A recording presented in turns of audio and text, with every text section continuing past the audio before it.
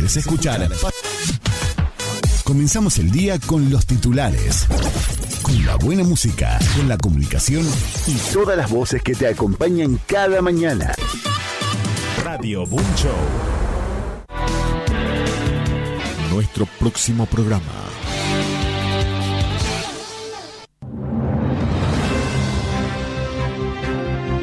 Conectamos con el mundo. Estas son las noticias.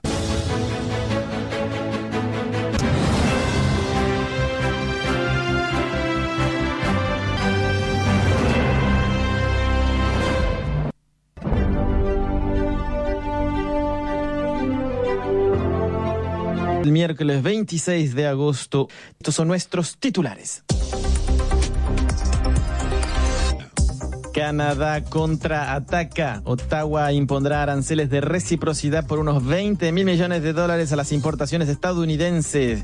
La medida equipara dólar por dólar la tarifa del 50% fijada por Washington recientemente.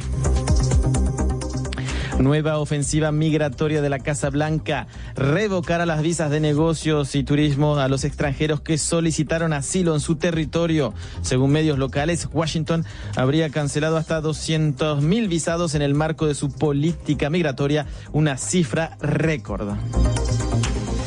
En la República Democrática del Congo, el ébola dejó más de 300 muertos solo en la última semana. Con casi la mitad de los infectados fallecidos, se trata del brote de más rápida propagación registrado en la historia. Estos son los titulares, vamos al informativo.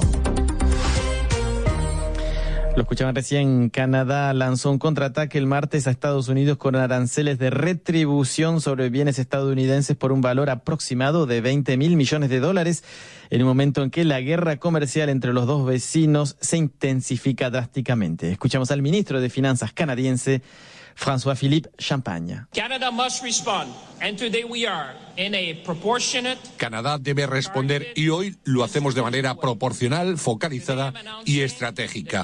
Hoy anuncio que Canadá igualará los aranceles de Estados Unidos dólar por dólar, tasa por tasa. A partir del 8 de septiembre, Canadá impondrá contramedidas arancelarias de hasta 15, 25 o 50% sobre 27.600 millones de dólares en importaciones provenientes de los Estados Unidos. Para cada producto, nuestro arancel coincidirá con el arancel estadounidense aplicado al mismo tipo de bien canadiense.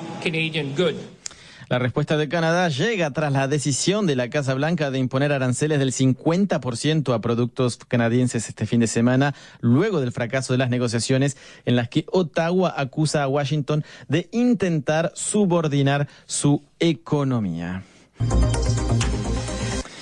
Vamos hasta el Medio Oriente porque las fuerzas democráticas sirias, la milicia liderada por los kurdos que fue clave para derrotar al Estado Islámico con apoyo estadounidense, han sido disueltas. Así lo anunció este martes su líder como parte del acuerdo alcanzado en enero con el gobierno de Damasco. El pacto prevé la integración gradual de los combatientes kurdos en las estructuras del Estado sirio. Lo decíamos en titulares, la Casa Blanca anunció que revocará las visas a extranjeros que ingresen como visitantes de corta estancia y luego soliciten asilo para quedarse de forma permanente, una nueva medida de su drástica ofensiva migratoria. La revocación no significaría necesariamente la deportación inmediata, sino que la mayoría de los pedidos en trámite serían recategorizados. Escuchamos las explicaciones de la abogada especialista en temas migratorios, Miriam Sánchez. Tendremos que ver, ¿verdad? O sea que obviamente si una persona entra legalmente con una visa turística, tiene ciertos privilegios, es una entrada legal, obviamente. O sea que al revocar una visa B1, B2, pues se le está revocando la entrada inicial, que fue una entrada legal. O sea que sí pueden haber consecuencias legales en términos de posible, o sea, si un individuo que entra con una visa B1, B2 es detenido por ICE, esa persona tiene derecho a, en inglés le decimos un bond hearing, una audiencia para salir bajo fianza. Muy diferente a una persona que ha entrado a este país sin inspección. O sea que es más útil, o sea que la revocación de visas de turistas le está quitando, o sea, la manera de entrada que fue legal, o sea, sí puede tener consecuencias por esa vía. Era Miriam Sánchez, abogada especialista en temas migratorios. Según estimaciones de la agencia Associated Press, la medida afectaría a unos 200.000 extranjeros con visas de turismos o negocios. De concretarse, se trataría de la mayor revocación masiva de visados en la historia de Estados Unidos. Más de 300 personas murieron por ébola en el este de la República Democrática del Congo durante la última semana, marcando uno de los balances más graves hasta la fecha. Casi la mitad de los infectados ha fallecido en lo que ya se considera el brote de ébola de más rápida propagación registrado en la historia. Escuchamos a la especialista en enfermedades infecciosas y medicina tropical, María Velasco Arribas. La situación del país es tan importante como las propias características del virus para poder explicar que el brote haya adquirido esta magnitud. Sobre las características que hacen del ébola una enfermedad tan peligrosa, hay que señalar sobre todo tres. Una, que es una infección que tiene una alta mortalidad. Dos, que se puede transmitir muy fácilmente si no se toman las medidas adecuadas de detección y control. Y tres, que estamos ante una variante que no tiene vacuna eficaz ni tampoco un tratamiento antiviral eficaz. Y por otro lado, estamos hablando de un país que vive un conflicto armado, que está en guerra, lo que supone desplazamientos de población, que los sistemas sanitarios tengan dificultad de tener recursos o que sean muy limitados. Y además la movilidad de la población facilita que una infección, una cadena de transmisión que comienza en una localidad determinada, pues pueda alcanzar rápidamente otras áreas. Y además existe inseguridad para que los equipos sanitarios puedan acceder a determinadas zonas para poder identificar los casos, hacer pruebas de detección, poner en aislamiento, vigilar los contactos. Era María Velasco Arribas, portavoz de la Sociedad Española de Enfermedades Infecciosas y Microbiología Clínica, al micrófono de Manu Terradillos. 2 personas murieron por sarampión en Estados Unidos, registrando las primeras muertes del año en el país por este virus. Con esto, esa nación suma ya 5 fallecimientos en 2 años, superando el total de 3 décadas previas. El repunte coincide con las medidas de la Casa Blanca para reducir la vacunación infantil, basadas en cuestionamientos a las vacunas que no han sido probados por la ciencia. El alcalde de Nueva York, Zohran Mamdani, y la Federación Estadounidense de Tenis anunciaron que pondrán a la venta 1.000 entradas a $100 para el Abierto de Estados Unidos.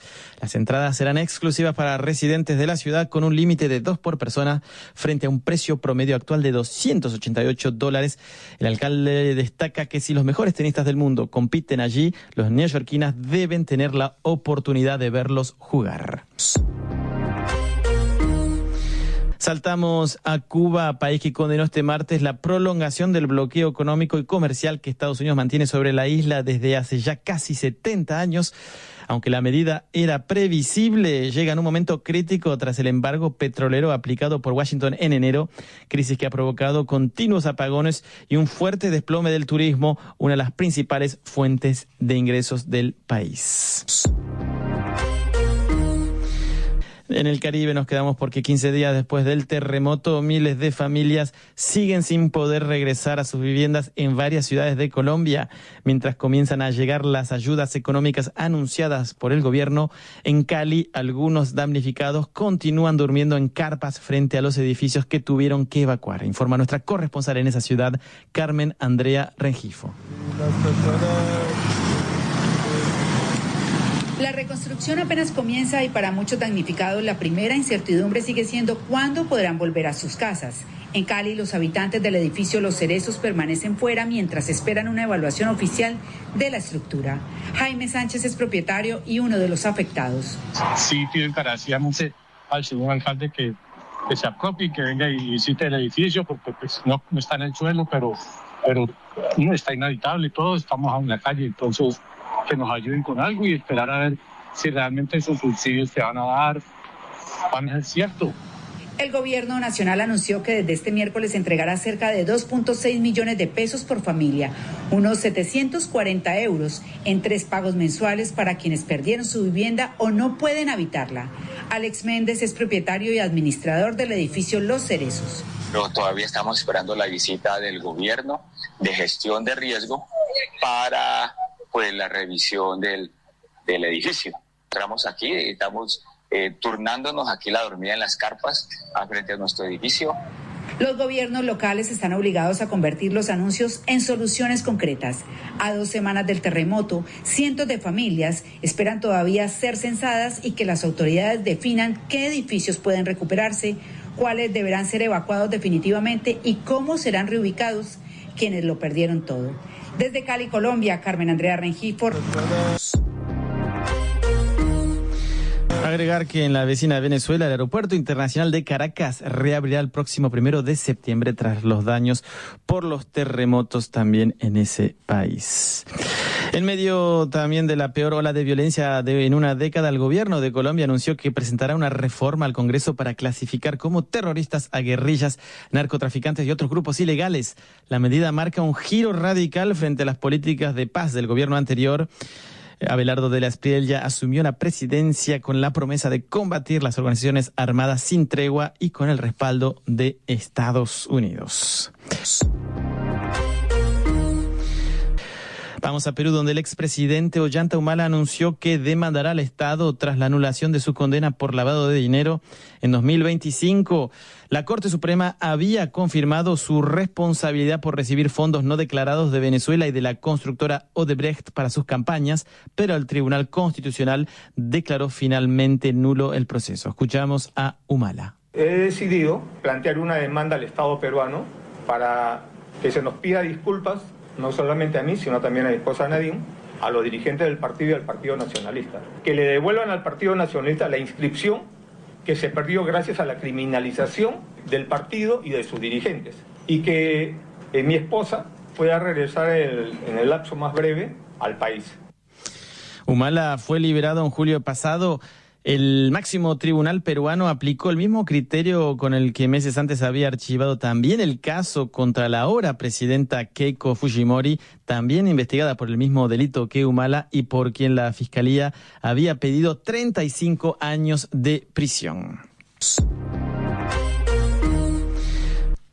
Seguimos en Perú porque el líder indígena y ambientalista de 57 años, Américo Pascuala Tomilla, fue asesinado en la Amazonía peruana mientras patrullaba territorios del pueblo Asheninka. El crimen ocurrió el domingo en una zona remota de la región de Ucayali, cerca de Brasil, donde las amenazas y atentados son frecuentes contra quienes denuncian la deforestación y la explotación ilegal de esa selva.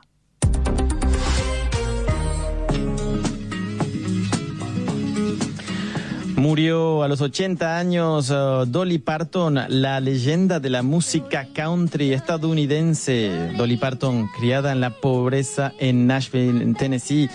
Su prolífica carrera de 6 décadas dejó unas 3.000 canciones escritas, entre ellas Jolene, con la cual estamos cerrando este noticiero. En Colombia, Reporteros Sin Fronteras exigió al gobierno de Abelardo de la Espriella reanudar de inmediato las transmisiones de la Radio Nacional Colombia, suspendidas hace una semana por una reestructuración de contenidos. La decisión afecta directamente a 20 emisoras de paz creadas tras el acuerdo de 2016 para informar a las zonas golpeadas por el conflicto. Actualmente la programación fue reemplazada por música y ahora hace un informe de Marianela Mayer. Desde el pasado 18 de agosto, Radio Nacional de Colombia transmite solo música desde Bogotá. Así lo decidió hasta nueva orden la flamante Administración del Sistema de Medios Públicos, INRAVISIón, mientras establece una nueva parrilla de contenidos. Esta decisión afecta a las 74 frecuencias de la Radio Nacional, incluidas las 20 emisoras de paz, creadas por el acuerdo de 2016 para informar a los territorios más golpeados por el conflicto. Sus trabajadores temen que esta medida transitoria sea definitiva, como explica Radio Francia Internacional Jessica Molano, líder de la emisora de Paz del Tambo en el departamento del Cauca. Esta decisión que se toma como transitoria para revisar contenidos quizás no haga parte de esa verdad, sino de esa decisión que es consecuente con lo que ha dicho el señor Abelardo de la Espriella en campaña y ha reafirmado una vez siendo presidente de la República. Todo lo que tiene que ver con paz y con proceso de paz están terminándolo. La nueva gestión denuncia que estas radios se convirtieron en un aparato de propaganda durante el gobierno de Gustavo Petro. Sin embargo, nacieron a raíz del artículo 6.5 del Acuerdo de Paz de 2016, con el objetivo de dar voz e informar a las comunidades más afectadas por el conflicto. Somos un proyecto de Estado y no de gobierno. Hemos tenido una programación ininterrumpida. No hemos hecho propaganda política a ningún gobierno de turno. Hemos cumplido con el 6.5 y es darle voz a los firmantes de paz, a las organizaciones sociales y a las víctimas del conflicto armado. Esto está violando ese derecho a la información de las comunidades. Son las mismas comunidades que hoy nos están reclamando estar al aire. Esta suspensión supone no solo un incumplimiento directo del acuerdo de 2016, sino también de la Constitución colombiana, tal como indica Radio Francia Internacional, la senadora del Pacto Histórico, Sandra Chindoy. Las emisoras de paz tienen una función social y pública, no son para poner música, son para informar a los territorios y a los pueblos. El ataque a la libertad de prensa es una estrategia de carácter político. Destripan el derecho que tiene la ciudadanía a estar bien informada y que está estipulado en el artículo 20 de la Constitución. Ante esta situación, la legisladora opositora presentó una queja disciplinaria contra la gerente de Inravisión ante la Procuraduría General de la Nación. También el senador y ex candidato presidencial Iván Cepeda, del mismo partido, anunció una acción de tutela contra la entidad y el Ministerio de Tecnologías de la Información y las Comunicaciones para levantar la suspensión. Pero de momento, tanto en la Radio Nacional como en las emisoras de paz, la música sigue siendo la protagonista.